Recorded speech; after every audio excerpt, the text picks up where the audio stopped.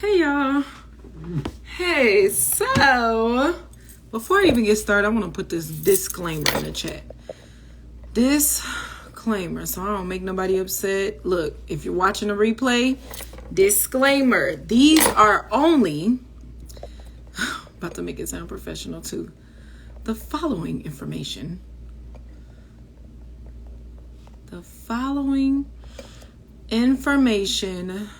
is only my petty, and I looked up the word petty, so yes, I'm gonna use petty opinion. And I'm also putting no, I have not looked into the laws, but what I want to say is that a lot of posts that I'm seeing, I can tell that y'all have not as well. That we're kind of just going based off social media. Because from what I do know, that's just not reality. Into the laws of Roe and Wade. I don't know. Okay, so. All right. So I know right now I'm like still shadow banned on... what's this place called? Instagram. So if you guys could, anyone that's joining, Muslim Mommy, share this out for me. I'm just gonna be giving some little whatever on this Roe versus Wade drama, and I'm gonna send this out to a couple people as well, because I already know that they're not really showing my posts like that. And I even seen that that people can't at me. They can't even at me right now. And I know that is exactly what's going on with Reeza's page. So I'm like, bruh, I'm nowhere near on Reeza's level. For y'all to be really doing that to me, that is just petty. But okay. So the disclaimer is that the following information is only my petty opinion. But I have been seeing posts about this for a while now, like some months. And I feel like as a birth worker, I want to say something, because it's like now to the point where it bothers me that it's bothering other women. That's basically what it is. Like, things never really bothered me personally, but if it starts bothering other women, then I'll start to say something. So, okay. Not an attack on anybody. Hey, Nikki. If you can share this out for me, I'm going to be talking about this whole abortion thing. And I wrote down a couple of different bullet points here. Usually I only have literally a couple, but today I was like struggling to find the smallest amount of information. So this is where I'm going to start. Hey, thanks for joining. Okay, so this is where I'm going to start. Is this an attack on women? Okay, so first of all, I'm offended by the fact that we are taking this as an attack on women. Because for one, if we're talking about abortions are not made by just women. Women cannot get themselves pregnant. And now that means that it can't just be an attack on women. And the part of it that bothers me the most is not that it's like, oh, it's an attack on women, but it's causing too much separation. Like, we literally find any and every reason to be in these gender battles, these men versus women battles. And I'm just so over it. I'm so over it, bruh. It's not a man versus woman thing. Because guess what? You need the man to get pregnant. And after that, when you have the abortion, it's both of y'all baby that dies or that is aborted or whatever you want to say. So how's an attack on just women when men are losing their babies as well? And also, another note to that is that now with all of these womb transplants going on, how is it an attack on women when men can now have babies? Like, they literally were just talking about changing the word mothers to birthing people.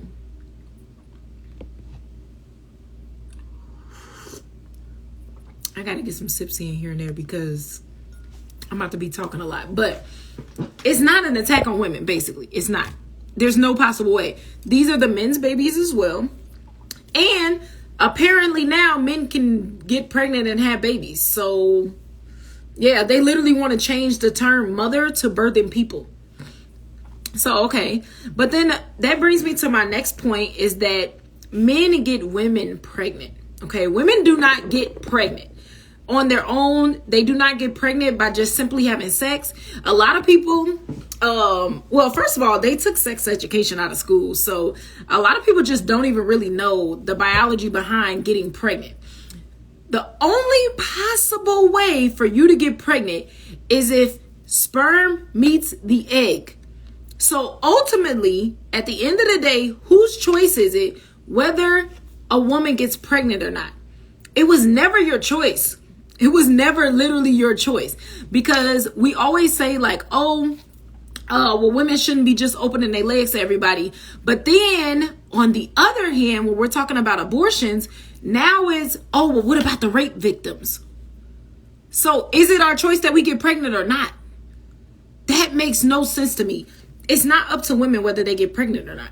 It never was. You need a sperm to reach your egg.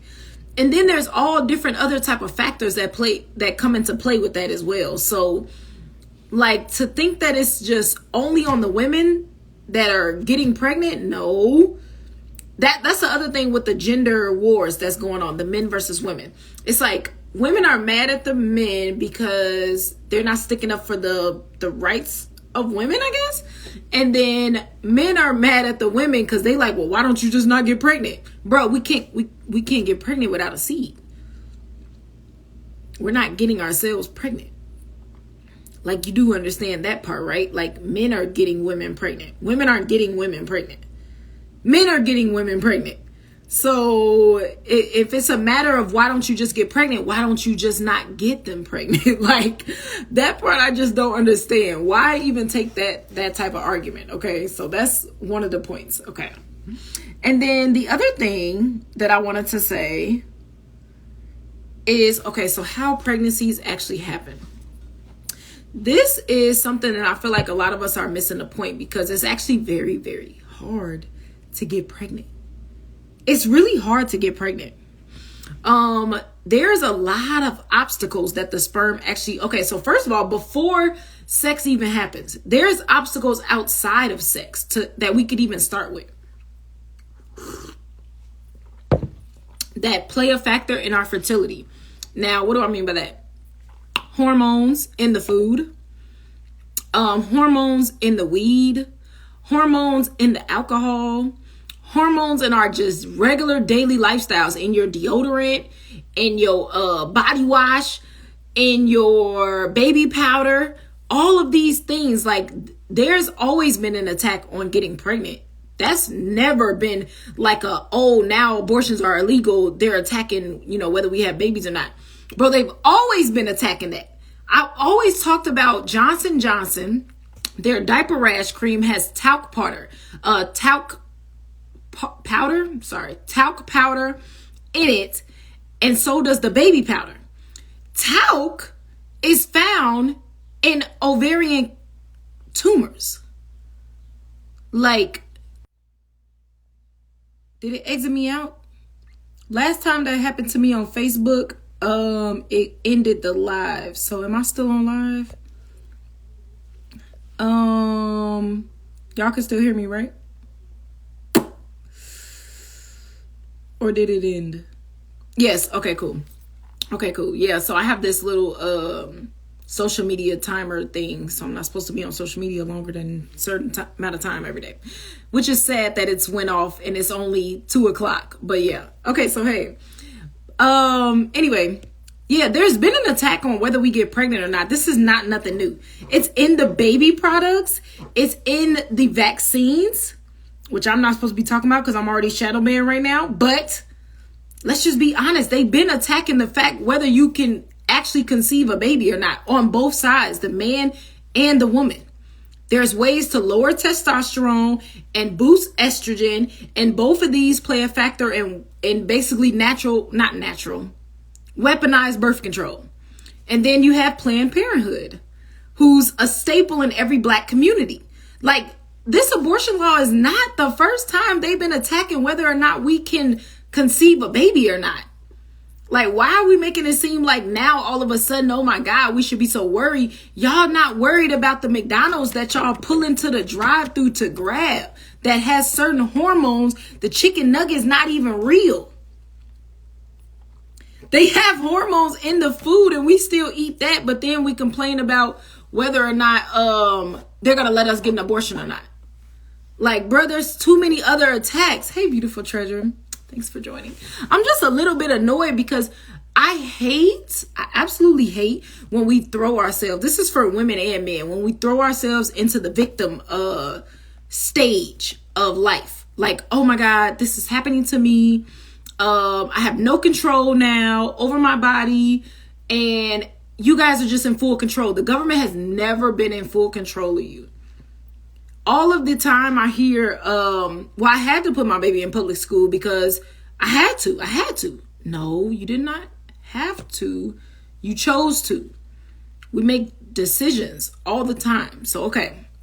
This is a person speaking from experience. So let me just say that I've had an abortion before, but we're going to get into that because I feel like a lot of people, that are like so upset about this abortion law and want the abortions to come back or whatever.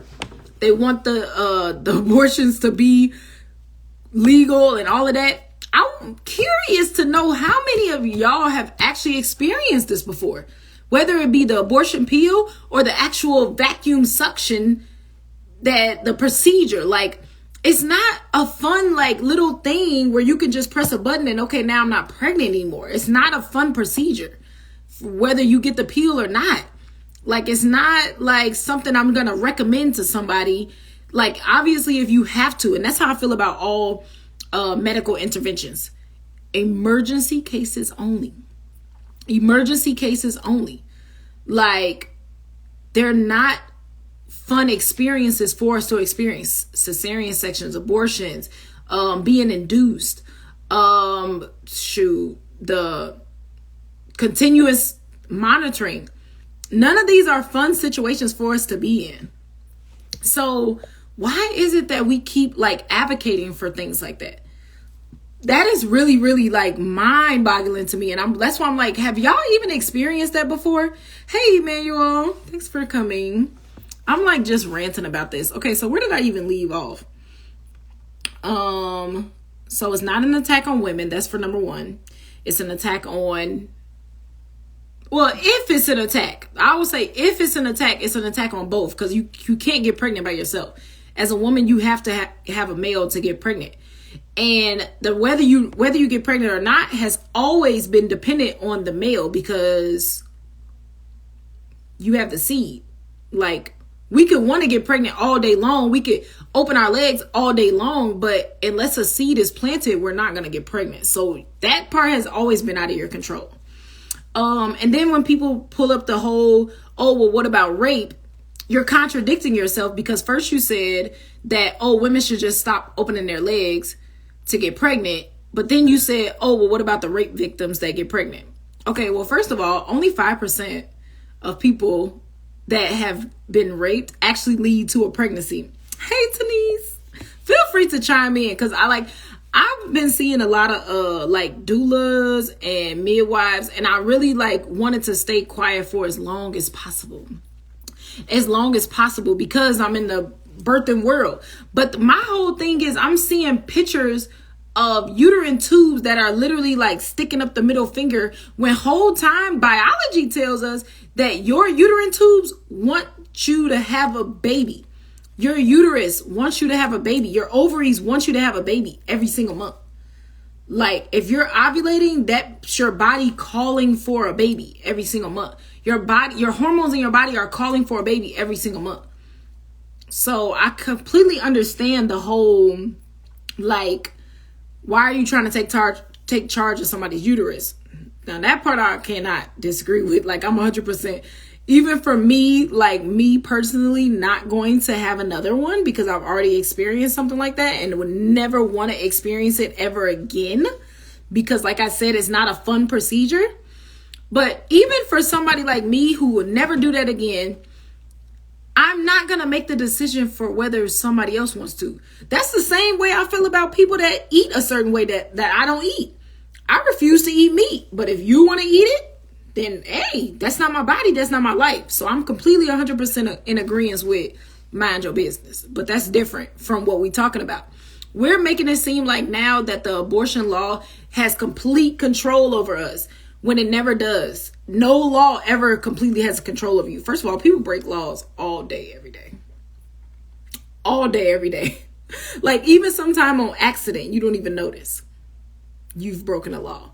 So it's like, why are we going to give them that much of our time and energy and focus when we could just take the control into our own hands? Okay. So, how pregnancies happen. Okay. So first of all, it's very hard. You ovulate. This is for healthy women too. Like when we were talking about all the hormone factors and the food and stuff like that. If you're living that type of lifestyle where your hormones are disrupted, then you don't really fit in the category of the average women. So average women can get pregnant. On average, you ovulate, your egg will sit there for 24 to maybe 48 hours. That's a maybe 48 hours. So 24 to 48 hours, which means that's 1.5 days that you can get pregnant every single month. That is literally 13 days a year that you can get pregnant. Yes. See, thank you, girl. This is just my opinion. Just my opinion. From what I've learned thus far, it's not that much. And I didn't even look into the law because I know it doesn't affect me. And I'm about to tell y'all why it doesn't affect you either. Like, you can literally only get pregnant 13 days a month. So we talked about the factors that play a role outside of even having sex, before you even have sex. Okay, they're disrupting your hormones by food, bodily products, baby products, formula, the pasteurized milk in the store. All of these things play a role. Then, okay, let's say you did have sex and, you know, the seed was injected or whatever, you know, trying to keep it cute. But let's just say that did happen to you. Now you have your body playing a role and whether or not it's rejecting it. So this is what they mean when they say only the strong survive. Okay, so in the vagina canal, it's acidic versus the sperm, which is alkaline. So they're already two opposing factors. They're going against each other. Your body is literally trying to repel sperm all the way till it gets to the egg, which is why when they say men have low sperm count, okay, what does that mean? It doesn't mean that like, oh, you know, they're not able to whatever, ejaculate or whatever. It means that when they do ejaculate, the amount of sperm that's in there is low. You need at least 200 million. You need at least 200 million. Just picture this. Okay, this is how I explain it. Picture this. When the sperm enters our body, it's basically like they're on the same team. They're a football team and one person has the ball. One person is going to make the touchdown, which is reaching the egg. But the rest of the team is going to block all of these opposing factors. There's so many different opposing factors. There's like little finger-like things that they get caught in. There's acidic fluids that they die in. Like they're literally dying along the way and only one person can make it to the egg. It's very, very hard to get pregnant. And that's on top of all of the other things that they're weaponizing. That's on top of only being able to get pregnant 13 days out the year. Like, if your sperm actually makes it to the egg, like I know a lot of us have babies, so we just be thinking like, oh, you know, easy peasy, just have some sex. No, that's not the case. That's not the case.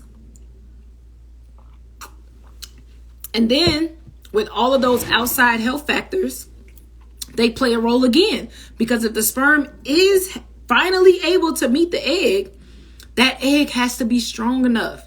Your uterus lining has to be strong enough to maintain this baby until the placenta comes into play. The placenta doesn't come into play until I think 8 weeks, 7 weeks. I'm supposed to know that. But yeah, 7 or 8 weeks. Your body is doing the work that the placenta usually does until that time. So from the time that you are fertilized, which is still in your uterine tube, your fertilized egg then has to travel to the uterus. It has to receive nourishment all the way until it gets to the uterus. Then your lining has to be healthy enough. Your uterine lining has to be healthy enough and thick enough that it can stick onto the lining and stay there. It literally is like, sometimes people say they can feel like a little bit of a sharp pain because it sticks, like it's like an implantation, literally, like it sticks to that and it implants itself. That has to be thick enough and strong enough not to just instantly cause a period. And sometimes people were pregnant and they had their period maybe a little bit late, and that was actually a miscarriage. And they think they were just a week or two late. You actually had a miscarriage. It just did not last. And then on top of that, we have more factors. This is crazy to me. And this is why I really believe in the spiritual part of having babies, because it's not just up to men and women whether you have babies. It's not. So then after it implants, your body doesn't even recognize it as a baby yet, because it's not a baby yet. Your body recognizes it as something foreign. And what does your body do when it's something foreign? No matter where it is in your body, what does your body do? If you eating the wrong thing, what does your body do? It throws it up. If you have something stuck in the mucus in your nose, what does your nose do? It starts running. If you get an ear infection, that's something foreign probably got into your ear. Now it's gushing out.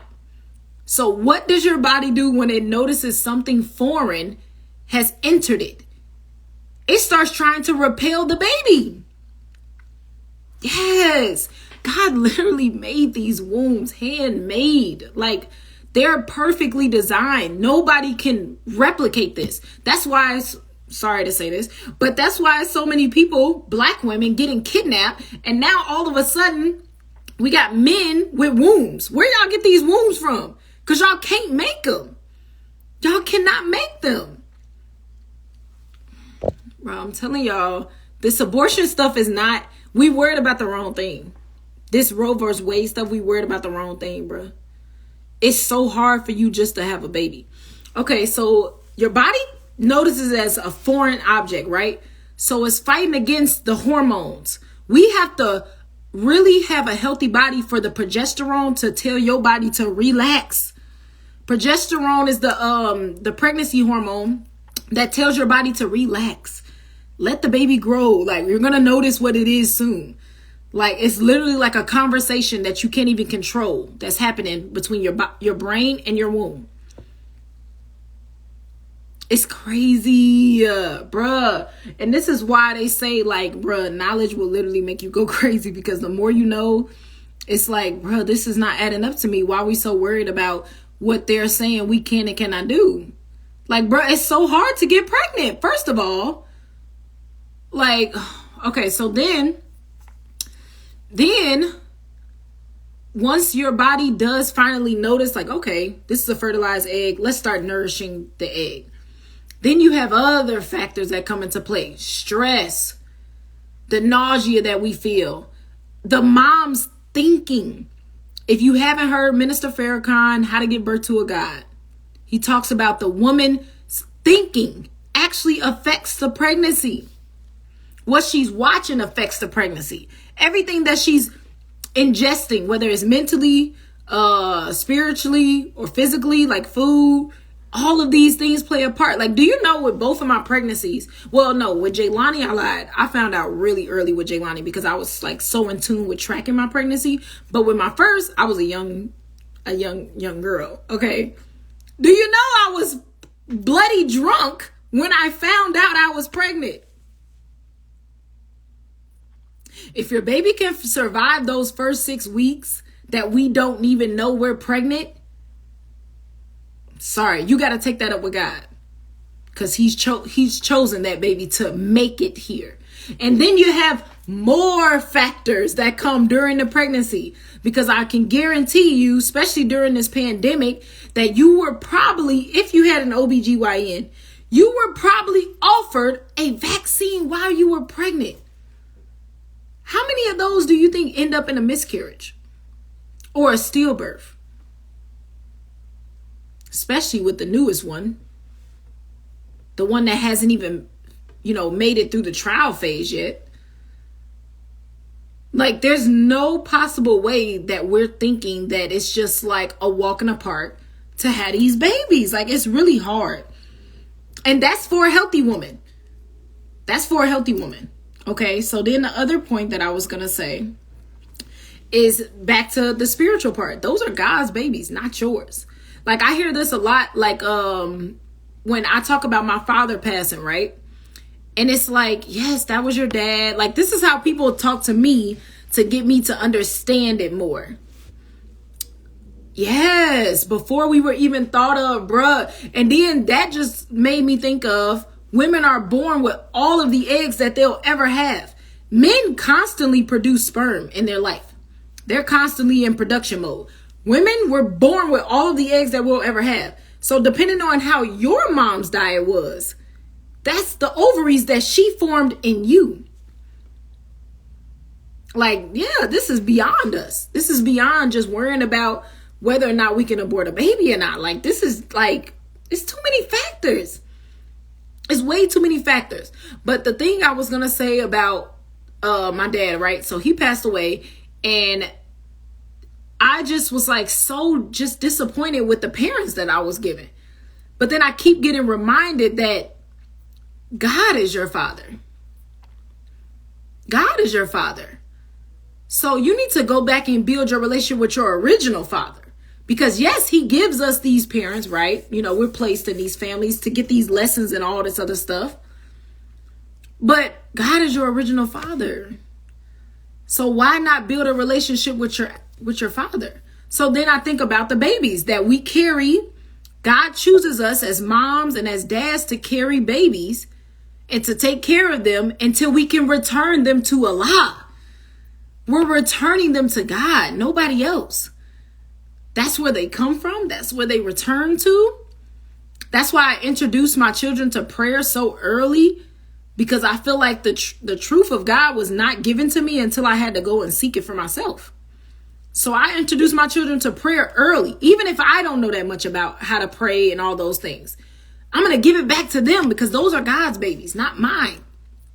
And if you were able to make it through all of those obstacles, sir, there's obstacles in the vagina. Okay, no, there's obstacles outside. We talked about those. Then in the vagina, there's acidic juice that's killing sperm. Then it goes to the uterine tubes, which has these little villi things that are like this, and they get stuck on them and they eventually die. Then guess what? Once they reach the area where the egg is, I didn't even talk about this one. Once they reach the area where the egg is, there's I don't know what to call it, but it's basically like some type of gas. How was you watching the replay? Walaikum salam. How was you watching the replay? What you mean? But there's basically, the other replay? Okay, maybe that. But there's basically like something the egg gives off that actually dissolves that top part of the sperm. So literally when they be saying only the strong survive, that is facts. Because everything is trying to kill you all the way until you actually make it in the egg. Until you actually make it into the egg. Everything is trying to kill you. So this is nobody's babies but God's babies. Seriously. And if he gave you the privilege of being able to carry a baby to term and actually giving birth to a healthy baby, bro, moms and babies are dying. Like, we're talking about black people. I know the Roe versus Wade is mostly geared towards white people. They want the white people to keep their babies and stuff. I haven't even really gotten into that part yet. But we're talking about black people. I'm talking about black people.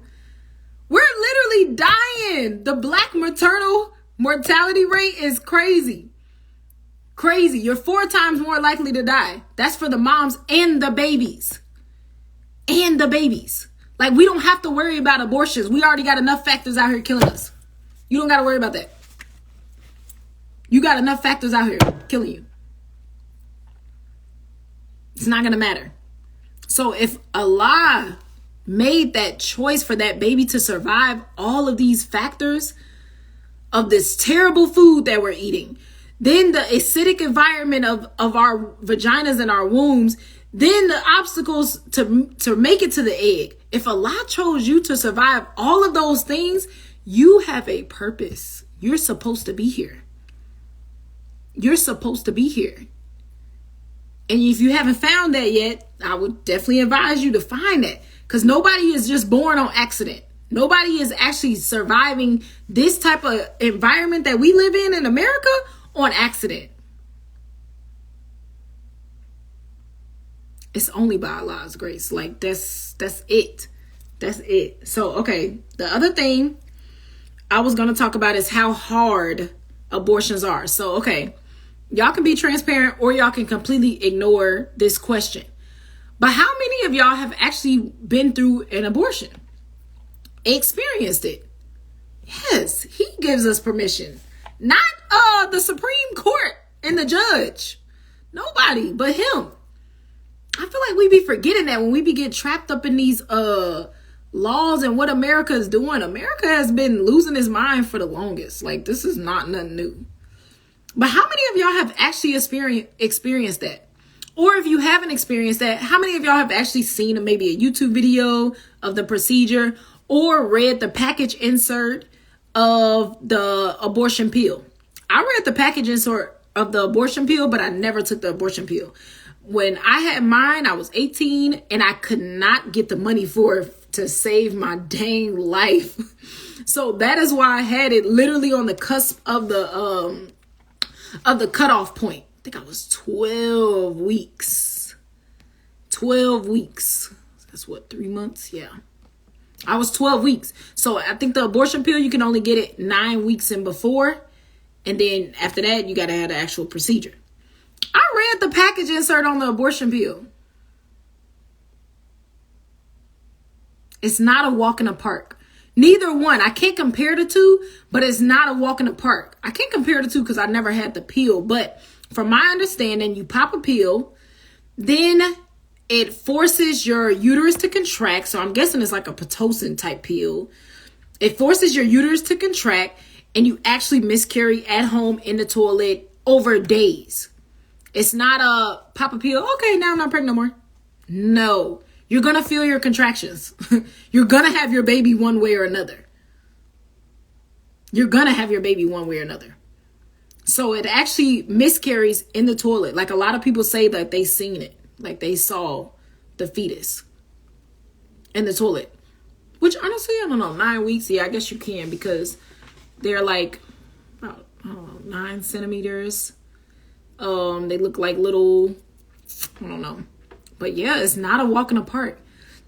And then you just put this foreign pill in your body and now your body is like trying to figure out, where did the baby go? We were just nourishing a baby. Where did it go? And our hormones are going crazy. Versus, okay, what I experienced was the vacuum suction. Oh my God, bro. Let me see if I can find this picture real quick. This is going to give y'all just a little bit of a visual. I got to start planning these little pictures out for my lives because sometimes they don't come in the way that I want them to. Okay, good. Wow. Okay. Bam. This is the vagina. Then you have your cervix. Your cervix has a external opening, that external OS, and then the internal opening, the internal OS. They have to stick a tube through there. I don't know. Listen, okay, we can get into more detail, but I don't know if you've ever felt that for yourself, like in your own body. Felt your cervix for yourself, because you can. It's right there. It's in your vagina. It's right there. That's what they feel when they say, how dilated are you? But when you're not in labor, you're not dilated. So it's closed very tightly. It's very tight. So they have to get a tube and jam that in there. And this is exactly how I feel about the DNC too. Yes, the wire hangers. Bruh, when I was 18, I was reckless, first of all. And I remember hearing that too. And I wasn't thinking about trying it because it sounds bloody and painful. But yeah, that's exactly where the wire hanger is going to go. Through that tiny, tiny opening into your uterus to suck everything out. You're in pain. They give you instructions, postpartum instructions. They give you postpartum instructions after an abortion. So I'm wondering, I'm like seeing all these posts about women that really, really want abortions. I'm like, you do? Like, you do? Because, bruh, I will never. I don't care who the daddy is. I don't care if I'm raped, white man. I don't care. You're not going to be able to convince me to go through that again. You're just not. And that's just me personally. Me personally. You're not going to be able to convince me to go through that again. I'd rather have the baby. I'd much rather just have the baby. I'm sorry. That's just Tayla.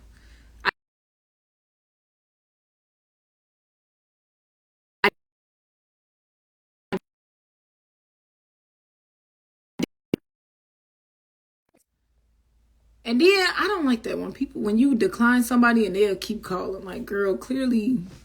Anyway, I would never opt in for that situation in my life. Okay, and then I want to explain the process to y'all too. So abortions, since most people, I'm not gonna say most people, but some people have never experienced one, right? You come up to the clinic. Doesn't matter what time of day you get there. Doesn't matter what time of day you get there. People are outside with picket signs. Yeah, you be doing that too, Sister Victoria. Bro, I be wanting to just block y'all instantly. My sister do that. And I think, yeah, only y'all too. Just block them. But anyway, you pull up to the clinic. Doesn't matter what time of day it is. I remember we got there bright and early in the morning. People are outside with picket signs. You're a murderer, blah, blah, blah. This is the psyche that you have to go through just to get this thing done. You're a murderer, blah, blah, blah. There's other options, blah, blah, blah. Whatever they signs say. I did not care. I'm telling you, I was 18. I was reckless. I did not care. I knew for a fact that sis was about to have this abortion. Yep, they be outside the clinic protesting, bruh. Trying to make people feel bad for what they do with their bodies. So that's the first step, okay? Then you get into the clinic and it's a cold medical office, okay? This might not bother everybody, but this is the things that I remember and will never forget. And I'm 29 now, so this was 11 years ago? Yep. 11 years ago. I will never forget. So you get into the clinic. You have to have somebody with you because you can't drive yourself home. That's why I'm like, bruh, it's all of these things. Abortions are not just a walk in the park. You can't even drive yourself home. You can't lift heavy things. These are the postpartum instructions that they give you. It's not just a walk in the park. So, okay, you get into the office. The first thing you have to do is read a manual. My tea is getting cold. You read a manual of exactly what's about to happen today and what you're going to experience afterwards. And they made it sound cute in the manual, bruh. And honestly, I was like skimming through the pages because I'm like, bro, I'm getting this abortion. Mine already said I'm getting this. Don't matter. So, and that's just the type of person I am too. I'm an all or nothing type of person. I'm not going to halfway do nothing in my life. It's yes or no. That's it. So for me, as soon as I found out I was pregnant, how can I get to the clinic? Like that was my mind frame during that time. So anyway, after you read through the package, then they say, okay, give us a minute. You go through this waiting process. Then you have to see a therapist. I want to call them a therapist, but I know they call something else. Counselor, somebody that's going to talk to you about your mental state.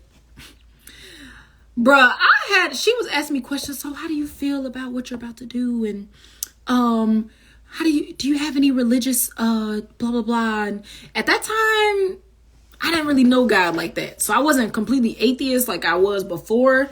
This was before my atheist phase, but I was just like, bro, he gonna forgive me because he ain't got no choice. I was just ruthless. I was a child. So then they give you that conversation. And basically it's somebody trying to talk you out of it and make you feel bad for it. And talk to you about God and what do you think he's gonna say and all of these things. And I had to just tell her like, sis, I'm getting it. So they knew for sure my mind frame, like that person that you meet can actually turn you down from getting it. That's what a lot of people don't know. If you don't have the right mind frame going into that meeting and coming out of it, they can turn you down from it because it's a whole procedure. Like it's not a walk in the park. And now I completely understand it. They put you through all that because it's not going to be a walk in the park. Your recovery is not going to be a walk in the park. Your life later down the road, I'll always know that right now I'm supposed to have an 11-year-old. And I'm supposed to have 3 children, not 2. They know that it's mentally draining on women as much as it's physically draining. So then after that, you get numbed. I think after that, that's when they go through the numbing process. And of course, for Black women, this is all making sense to me now because I know so much like about this whole medical world and Black people. They think we don't feel pain, right? Guess whose numbing didn't kick in when I got my abortion? Mine. And I told them I can feel it. They were like, oh, it should have been kicked in by now. We're just going to go ahead and keep going. What? I just told you I can still feel it. Like, why would you keep going? I can still feel it. I said the numbing didn't work. Like, I can feel that. They were like, oh, it should have kicked in by now. Like, doctor ready to get out the room. That's what it basically seeming like to me. They don't think that we feel pain like white people do. So he didn't care enough to stick around and be like, is she actually feeling this? Can you feel this? Should we wait a little bit longer? No, I felt everything. And that's what I'm saying. Like, are we really advocating for this? And I'm not saying I'm against it, because obviously I'm not against it. I've had it before. I went through it before. I know what it is and what it's not. But how many people that are advocating right now for abortions, how many of y'all have actually went through that before? And came out like, yeah, I would do it again. And matter of fact, I remember after you have it, right? After they use the little vacuum tube and you can hear it. You can hear your baby coming out. Oh, no. I skipped the part where they give you an ultrasound. Why would you let me see my baby that I'm about to kill? They give you an ultrasound right before you meet with the therapist to continue to mess with you mentally. Do you want to keep a picture? No. What the fuck? Excuse my language. Why would I want to keep that picture? Like, bro, they're not. Okay, so anyway, yeah, you can hear the suction. You can see it. If you're looking, you can see it in the tube coming out. Then they send you to like a little recovery area where you sit down. They give you like some, I think it was like some animal crackers and some juice. And they had you relax for a little bit. I think they gave me some ibuprofen or some Tylenol or something for the cramps. And the lady I'm sitting next to was a white lady. And she was like, wow, they didn't have this last time. Talking about the snacks. I'm like, what? Like, I was like, oh, they didn't? And bruh, it didn't really hit me until like maybe like a little bit later. Because obviously I was really young. So I'm sure when you're younger, your bounce back is a little bit easier than when you, as older women have it. But the lady I was sitting next to, she was like, yeah, they didn't have this last time. And I was like, what? A straight Caucasian lady, not a Black woman. It wasn't not a Black woman in there but me. She was like, yeah, they didn't have these snacks last time. And I was like, oh, really? She was like, yeah, I think this is going to be my last time, though, because my boyfriend keeps saying that blah, blah, blah, we should have one, and then we don't. And she started telling me her life story. Turns out this is her 3rd abortion. I'm like, damn, you really... I'm like hoping to never come back and never put myself in that situation. That was my mind frame. Like, I'm never going to put myself in this situation again. Not whether a man is going to put me in that situation again. Not whether or not the government is going to give me an option again. I'm like, me personally, I'm never putting myself in that situation again. No. They're not just a walk in a park where you could just flip a switch and not be pregnant no more. There's no possible way that you can gently abort a baby. There's no such thing as gentle abortions. Like, so the people that are advocating for that, have y'all ever experienced it? Whether it be the pill or the other one, because I don't think the pill is easier either. Honestly, I think the pill and being able to, having to deal with it for days at a time afterwards, I don't know. For me, I would rather just get the one and done and deal with my recovery, like the vacuum part, versus having to go home and follow-up pills too. You have to take follow-up pills. After 6 weeks, you come back for another ultrasound to make sure everything's out and did your body abort your baby properly. Like, man, like what? Think about the psyche that goes with this. Okay. So, yeah. And then, okay, so the last thing I wanted to talk about to close us all out, is that abortions are not the only way that you can have control over your body. Abortions are not the only way that you can have control over your body. So for one, you can practice abstinence. Somebody like me who really wants to have a baby, I really, really want to, like bad, like monthly, I want to, right? But I know that I might possibly not be ready and I don't have a husband, so I probably should not have sex. Because if you accidentally get me pregnant,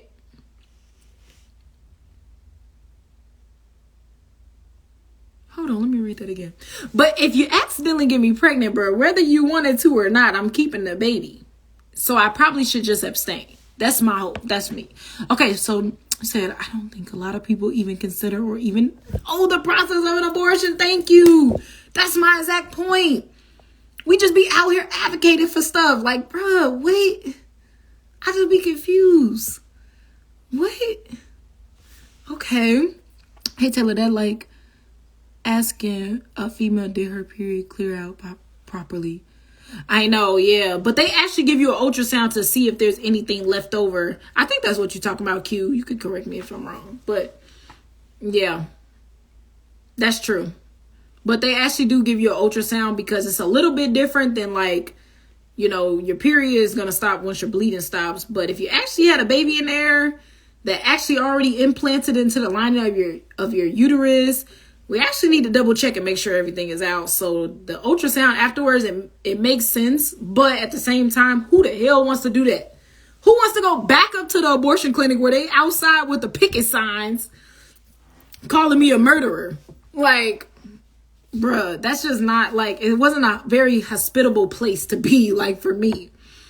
So, okay, I'm sorry. I'm about to take this picture down. The only reason I had the picture is to give y'all the visual of, like, where these things are going, bro. Like, this not no walk in the park. It's not no walk in the park. Like, your uterus is up in there. It's up in there.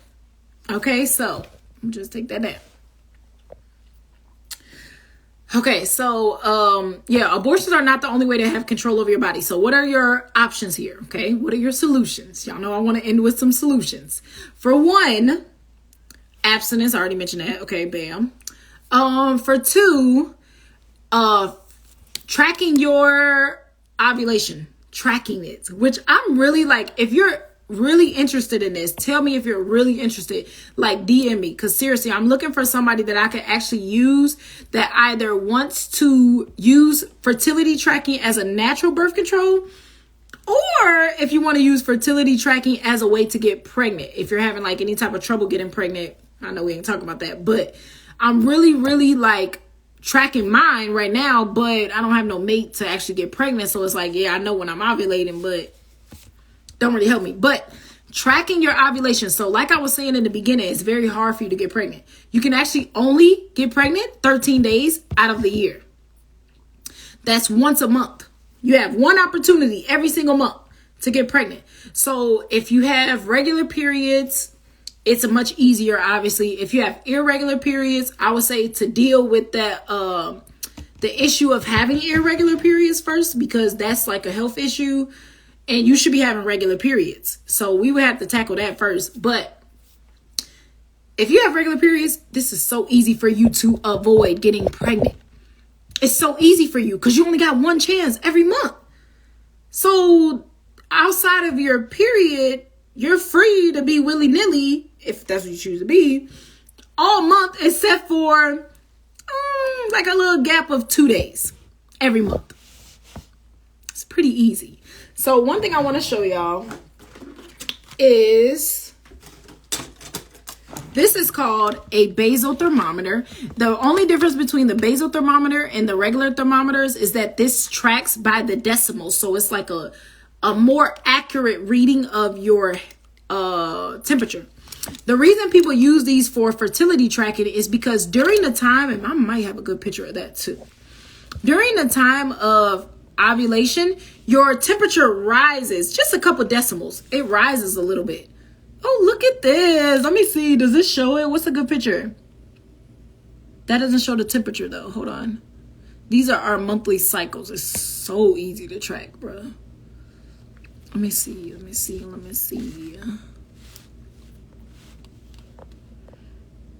Temperature.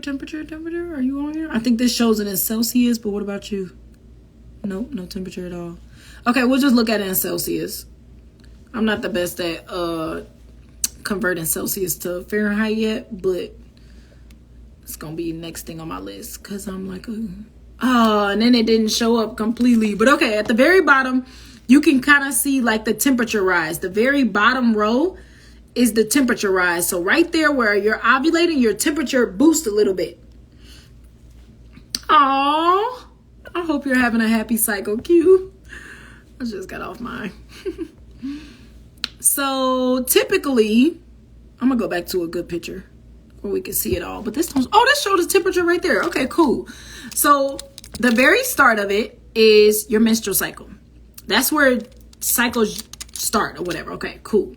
So you're on your menstrual. The lining of your uterus is getting thinner and thinner and thinner because it's shedding. You're bleeding, right? Okay, bam. Your temperature is normal temperature. The low temperature in the beginning that you see, I wish I had like a pointer, but that's what I'm doing on the phone. Y'all can see that low temperature in the beginning is the normal, right? Right there where it says ovulating. Ovulating is 14 days after the first day of your menstrual. 14 days after the first day of your menstrual. This is a typical 28-day cycle. Now, that's why I said it's easier when you have regular ones because mine is 29 days. Women's cycles can be anywhere from 28 to 32 days, like a normal whatever cycle. Can be anywhere from 28 to 32 days every single month. Mine is 29 days, like on point. 29 days counting from the date of my first day of my bleeding. 29 days later, I'm gonna have another first day of bleeding. That's how it counts. So 14 days after, for me, it would be 15 days after because this is for a 28-day cycle. So for me, it would be about 15 days after. So if I really want to get pregnant, I should have sex on the 14th day. I always recommend that you have sex before because sperm lasts longer than our ovaries, which goes back to it's harder to get pregnant, bruh. It's hard. And if your sperm makes it to that point and the egg ain't there, guess what's going to happen? The acidic environment, they're just going to dissolve and die. Well, dissolve. Yeah, dissolve and die is the same. But yeah. So this is why they use the thermometers because you're actually able to track the day you're ovulating. The day you're ovulating. Now, it's also good to know the gap before. Because healthy sperm, now we talking about healthy sperm.